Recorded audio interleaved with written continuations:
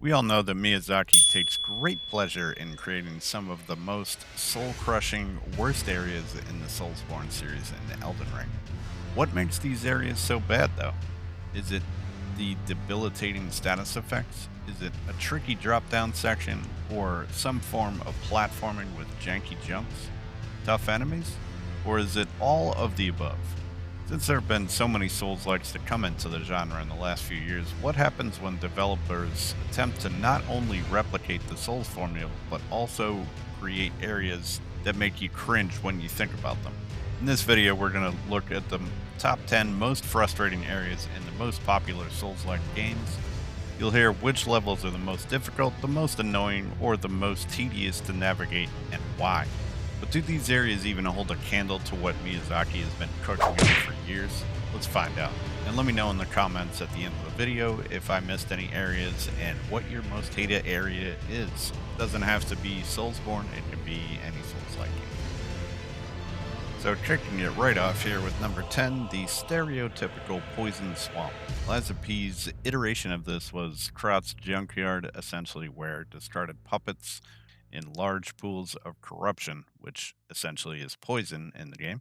This area isn't too particularly difficult to get through, but there can be some tough spots filled with cannons shooting at you, traps on the ground, and even a cave with rolling balls of death to assist your gravity death counter to go up.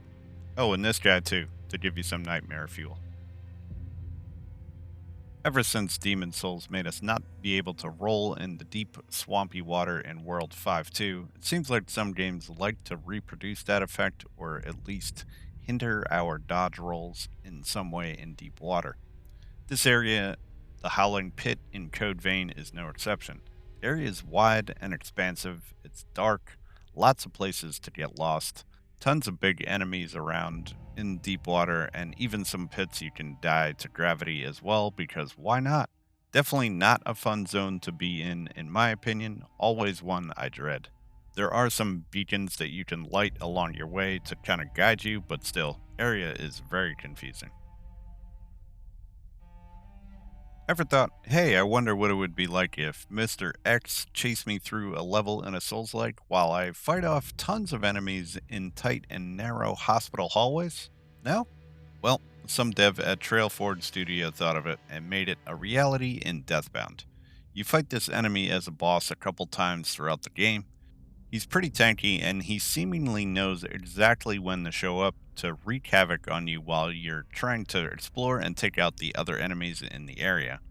You can't kill him, you can only knock him down briefly, so having this guy chasing you constantly is stressful because there's lots of locked doors in the area that need keycards, and there's a fair amount of backtracking that needs to be done as well, so it makes this zone extremely frustrating.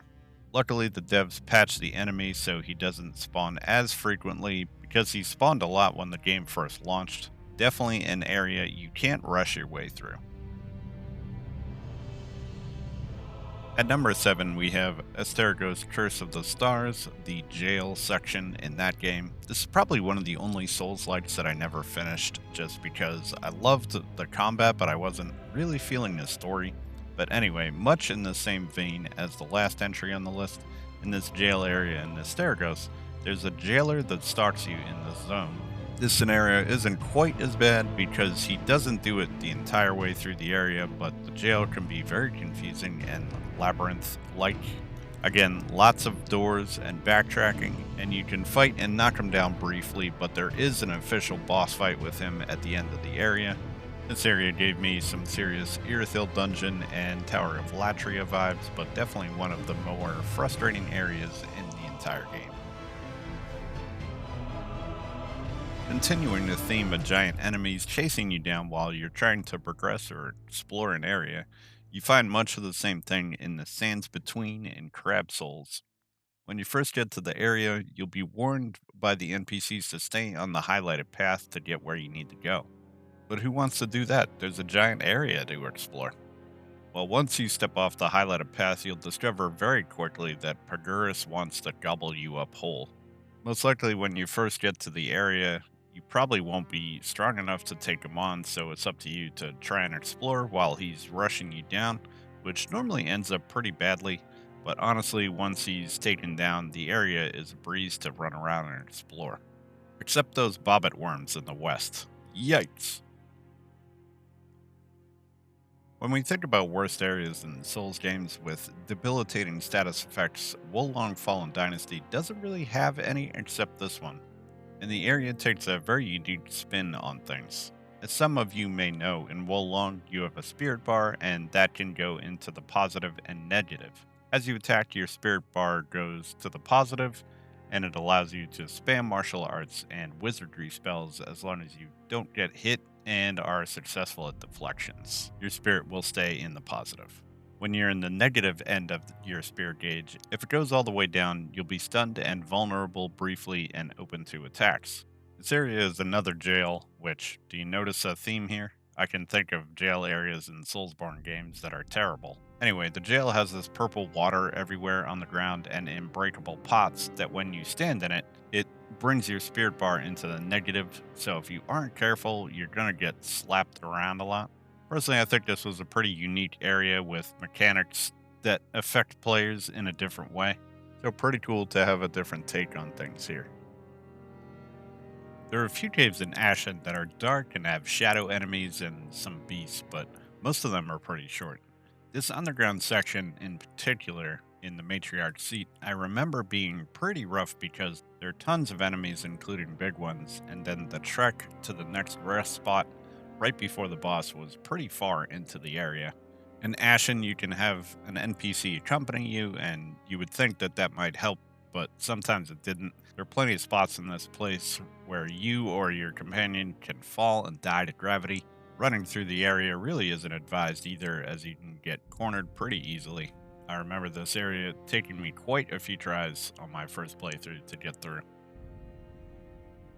This zone is basically what would happen if you got the Demon Ruins together and Sen's Fortress and they had a baby together. You've got the swinging pendulums, rolling balls of death, deadly gas that causes recursion damage, which is basically as bad as Scarlet Rot. Guys that not only hit like an absolute Mack truck, but they can also build up recursion damage as well. And that's not all, there's way more traps and things in this area than that.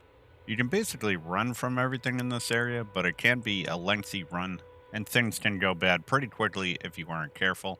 It's definitely an area that I dread the most, but at least it's the final area of the game. Fire areas can always be tricky in any game, not just Soulslikes. It could be enemies that deal fire damage or fire on the ground. Well, this area has it all. I thought this zone was extremely frustrating in my playthrough. Between the mob density in both the Umbral and Axiom realms is insane. Essentially, if you get killed in certain spots in Axiom, you're screwed because you'll have even more enemies to deal with when you revive an Umbral. There's fire on the ground, fire zombies running around, fire crossbow guys, fire mages, fire knights. Just an absolute nightmare of an area, in my opinion.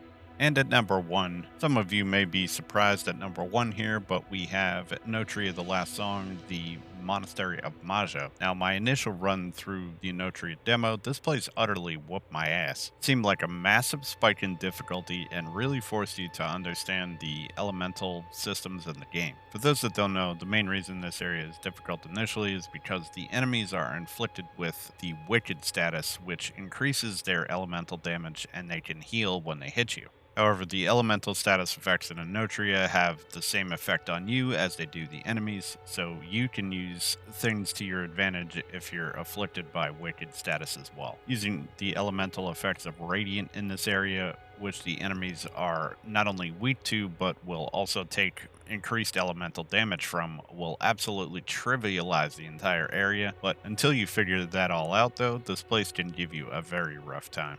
Yes, even this crab. Hi. All these areas are bad in their own way, and I feel developers are creative enough to come up with zones in their games to make us cringe, grunt, groan, and get frustrated. However, I think nothing holds a candle to the areas that Miyazaki has cooked up in his games for years. I mean, just look at this list. The mere thought of these areas make me think twice about playing the games again. But what are your thoughts? Are there areas from other Souls-likes that didn't make it to this list that I should consider? Let me know in the comments. So hopefully you all enjoyed. Hopefully you're doing well. Stay tuned. More coming at you. Take care.